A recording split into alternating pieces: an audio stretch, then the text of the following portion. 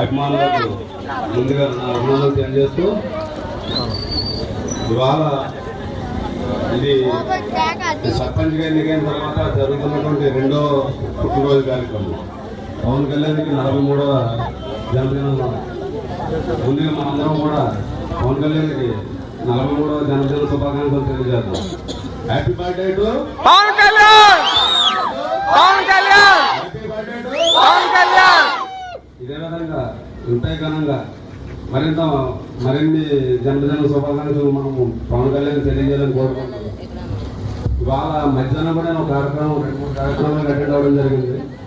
అందులో నేను చెప్పిన మాట ఇప్పుడు నేను చెప్తున్నా కూడా దాన్ని ఆల్రెడీ మన నరసాపురం పార్లమెంట్ సభ్యులు గవర్నీయులు గోగరాజు గంగరాజు గారు గగ్గపల్లిలో తెలియజేయడం జరిగింది.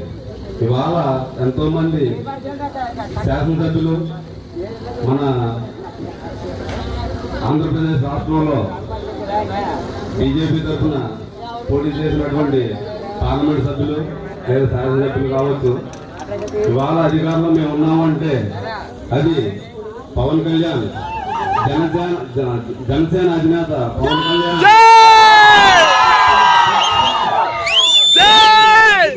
ఉన్నామంటే కనుక అది జనసేన అధినేత పవన్ కళ్యాణ్ పెట్టిన బెక్స్ అని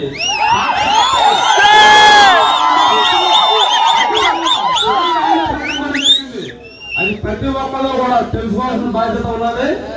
అదేవిధంగా ఇవాళ మీరు కూడా ఎంతో సామరస్యంగా సంతోషంగా మరిన్ని ఇలాంటి జన్మదిన వేడుకల్ని పవన్ కళ్యాణ్ జరపాలని మరిన్ని సేవా కార్యక్రమాల్లో పాల్గొనాలని కోరుకుంటూ, అంతేకాకుండా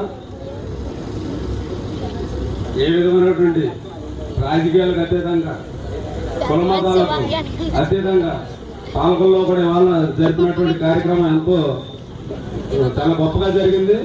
2000 మందికి పైన అక్కడ అన్నదానం చేశారు వాళ్ళు. అదేవిధంగా 28 మందికి రక్తదానం చేయడం జరిగింది.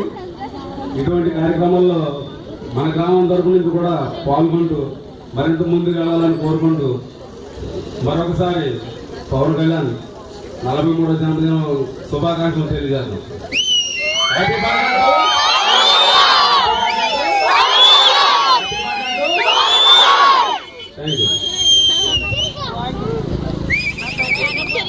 మన వెనకాల రామకృష్ణ గారు ఇచ్చినటువంటి సందేశం అందరూ ఉన్నారు కదా.